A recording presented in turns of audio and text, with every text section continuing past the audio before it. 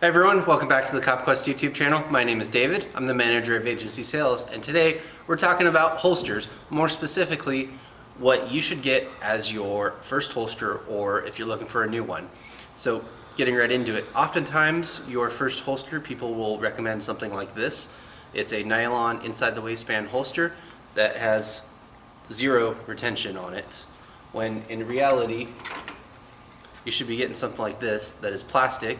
It has a adjustable retention and will actually hold on to your firearm a little better than that nylon one. So stay tuned and let's look at these some more. Alright, so into the meat and potatoes of the holster comparison.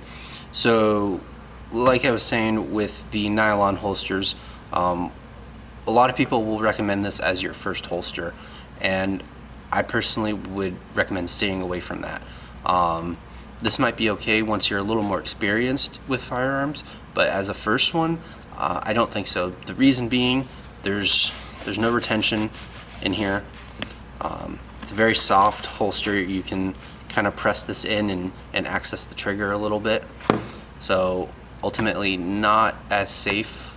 So I wouldn't recommend for a new person. On the flip side, the Stache over here, this one is one that I would recommend. So you might hear that click. So that means this holster is secure around that firearm. Another reason I would recommend something like this, it's harder. So you're gonna have a nice solid piece around that trigger guard and that trigger protecting it. This particular holster is ambidextrous, so it doesn't matter if you're right or left-handed, and you can adjust the ride height. So that's what these holes are for, these lines. You would simply adjust with the screws here. Then you can play with it and find your perfect ride height. Additionally, you can adjust the retention on this holster. So right now, this is right out of the box, a little bit of tension on it, but what you do is you take a Phillips righty-tighty,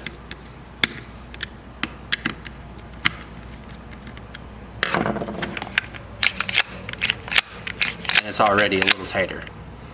So that is kind of the meat and potatoes, nitty-gritty between the two holsters and why I'd recommend going with something like this. Doesn't have to be the Blackhawk Stache, but I'd recommend going with something that's plastic, commonly referred to as Kydex, because that is a type of plastic.